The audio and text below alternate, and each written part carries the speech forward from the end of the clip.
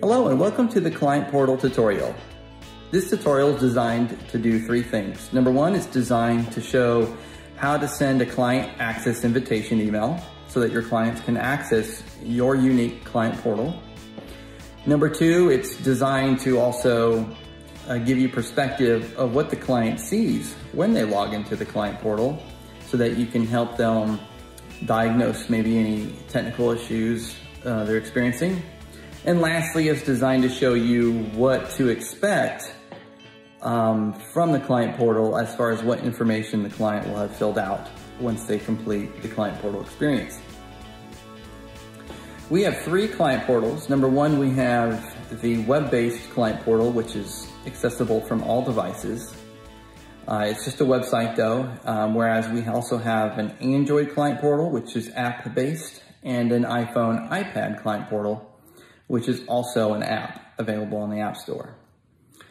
When you send the client an invitation to the client portal and they click on your unique client portal link, it will detect their device.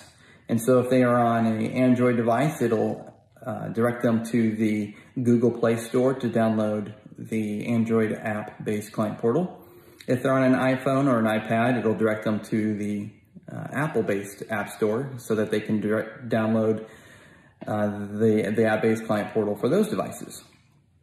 The web-based client portal is less preferred, and the standard client invitation email includes a verbiage in there about it's preferable for them to use their smartphone.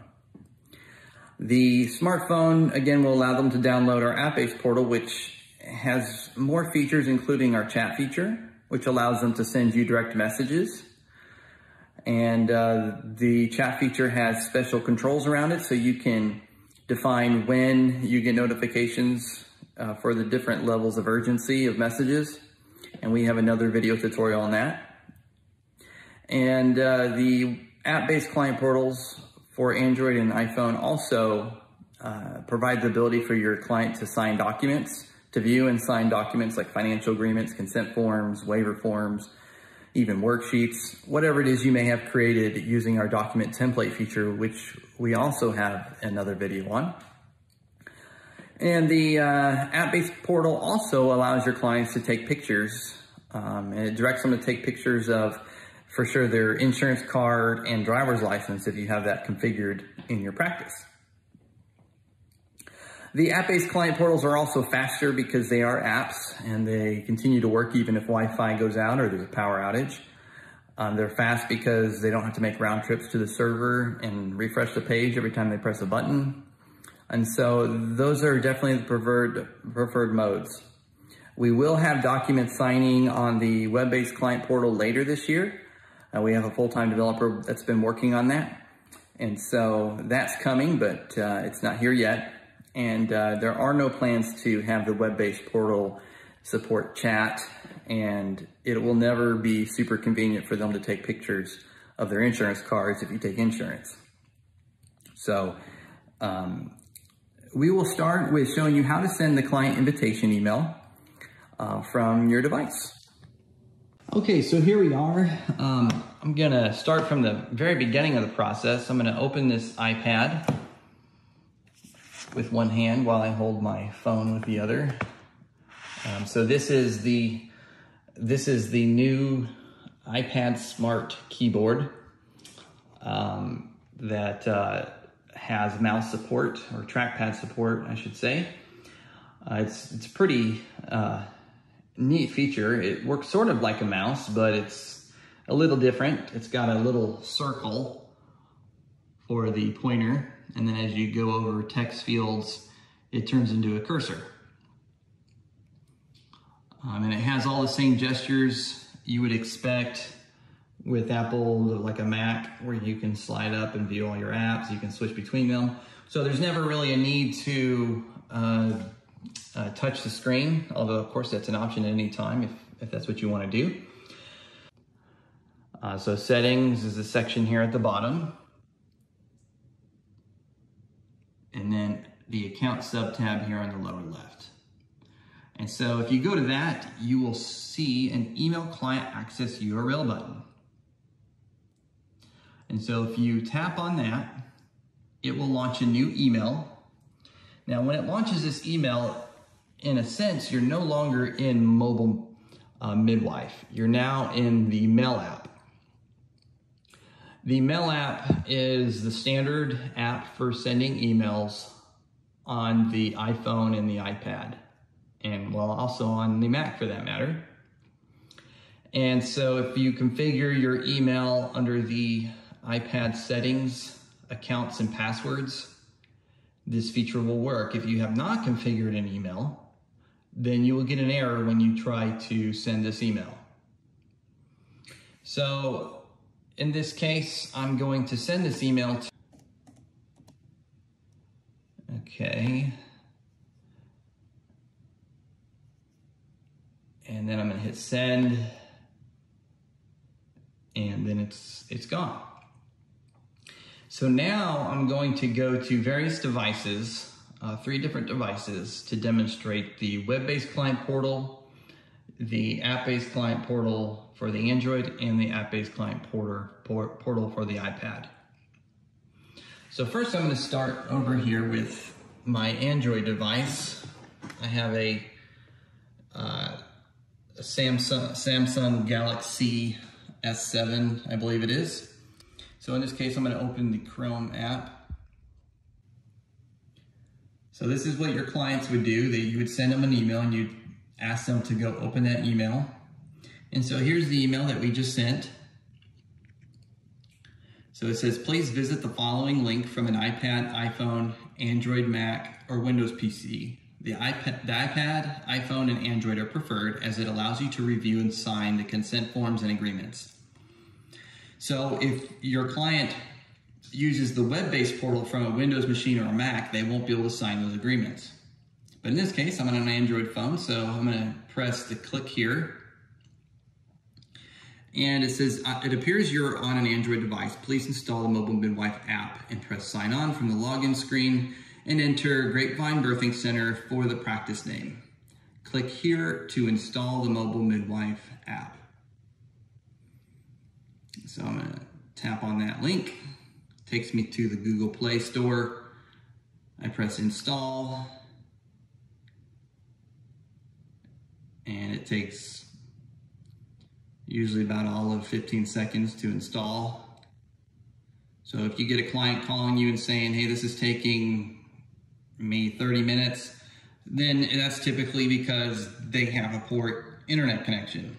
In this case, I have 3 bars from Wi-Fi, so it's going to go fast. All right, so after it installed, I hit open on the app, and now I'm going to enter in Grapevine Birthing Center. It already had those in the suggestions for the keyboard. And as we already read, and as it says here, it says, if creating a new record, leave email and password blank and press sign on. So I'm going to take a moment to discuss that for a second. You can invite a client to access an existing client record. And the way you do that is you would go to the client record in the app, and you would press the Send Client Access button that's on the action menu. And by the action menu, I mean that little square with an arrow coming out that also has the print and email buttons. And that will send them their unique link to access an existing record. We don't recommend that for your typical situation, because then they have to enter a password that the system generated. And they're pretty complicated passwords for security reasons, and we want to avoid you having to get lots of calls from clients saying, I can't get in, it's not accepting my password, because it's easy to mistype those. Now, once we finish filling out this client record, it will generate a password here, and then it will associate the biometric ID with the login, so that if your client wants to go back in and make changes, or they want to use the chat feature, it will simply request that they use their Face ID or fingerprint ID. So I'm going to press sign on without entering an email or password so I can start a new record. And the first thing it's going to do is validate that I've entered the right practice, because sometimes there's similar practice names and it's possible a client would enter in something similar but different, and we don't want them to create a client record under the wrong practice. And so it validates, is this the correct care provider, and provides the practice name, address, and phone number. And so we say, yes, that's correct. And then it proceeds to load your practice information, which this normally takes all of 5 seconds or so. And so if a client calls and says it's stuck loading the practice, you know they probably have a Wi-Fi issue. So here we are on the landing page, which is the basic tab. And you can see along the top we have the sections that in mobile midwife are normally along the left-hand side. We have basic, pregnancy, past pregnancy, health, documents, and summary. And so the client can come across here and begin filling out their information through here, first, last name, demographic information. They can take photos. And as they get to the bottom, there will be a next step button. They can press next step at the bottom of each screen, or they can manually tap on the different tabs at the top. And so as they come through here and they enter in their pregnancy information, past pregnancies, health information, documents.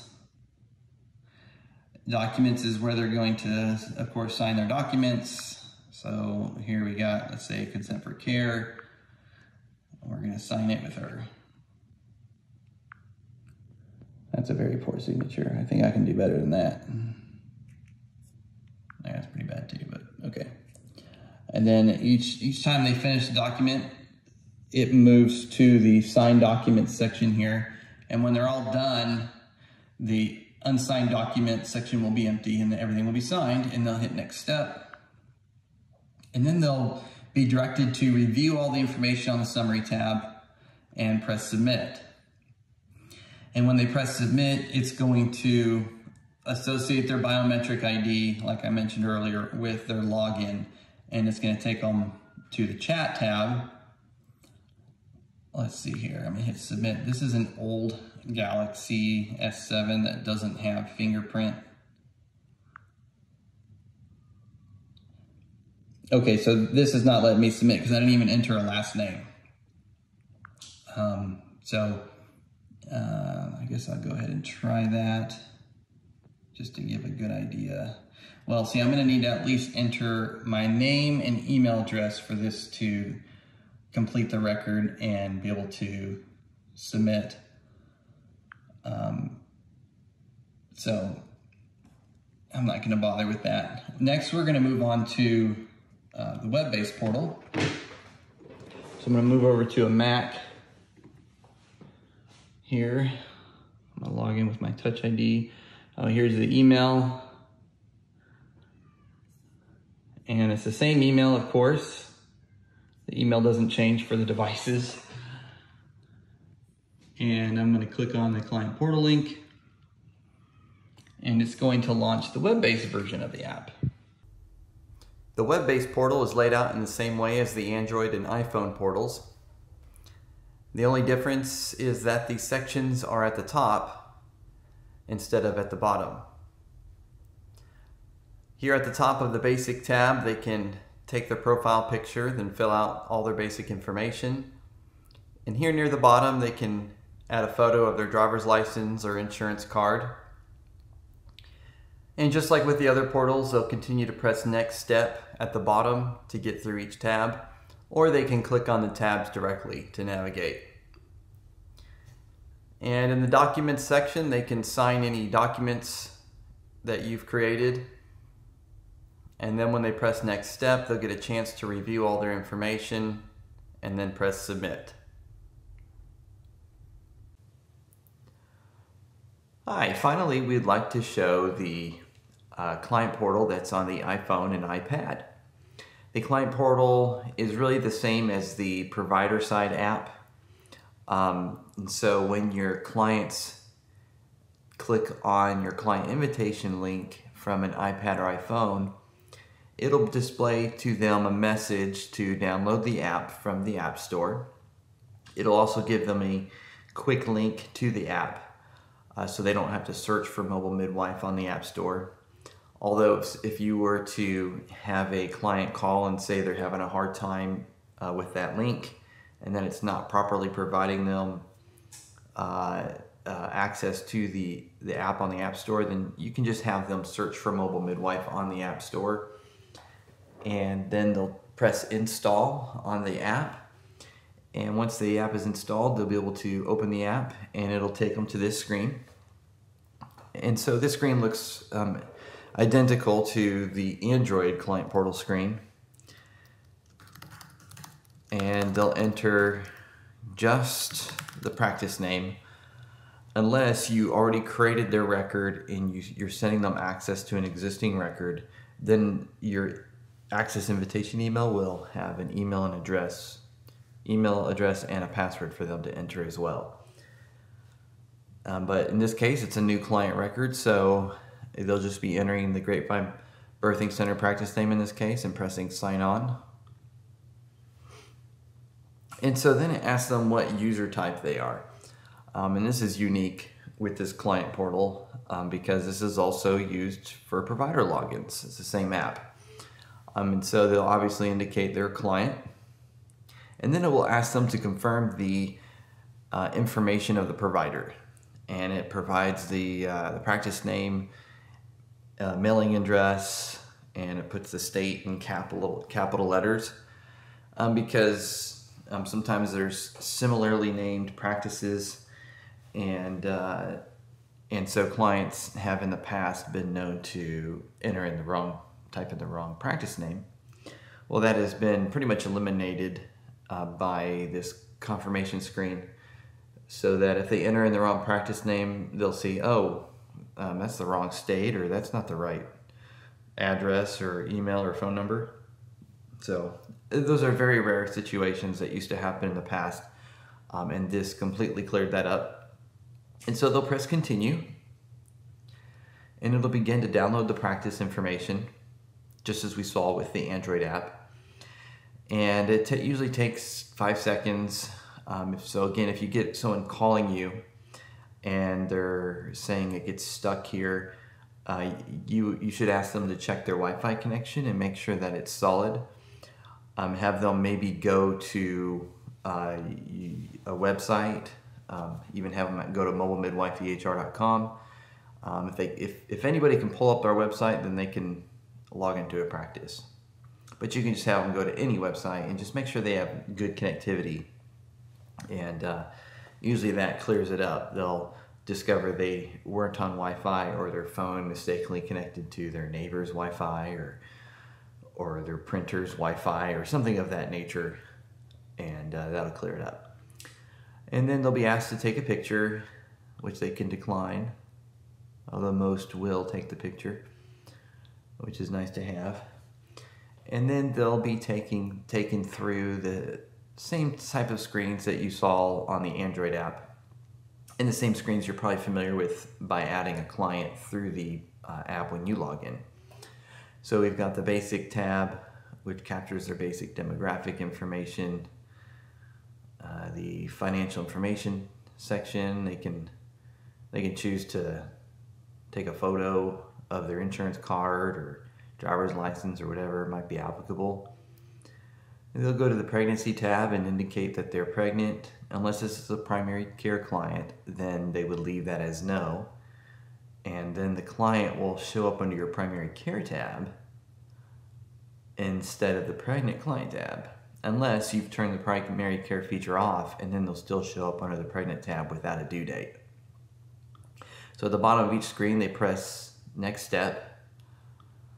When they get to the past pregnancy screen, they can add their previous pregnancy information.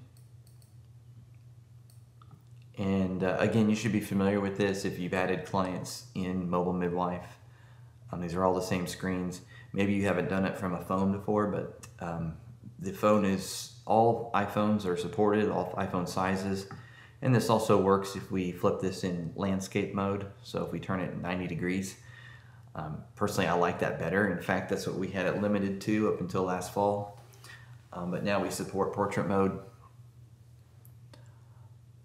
So once they complete with past pregnancies, they get taken to the health tab.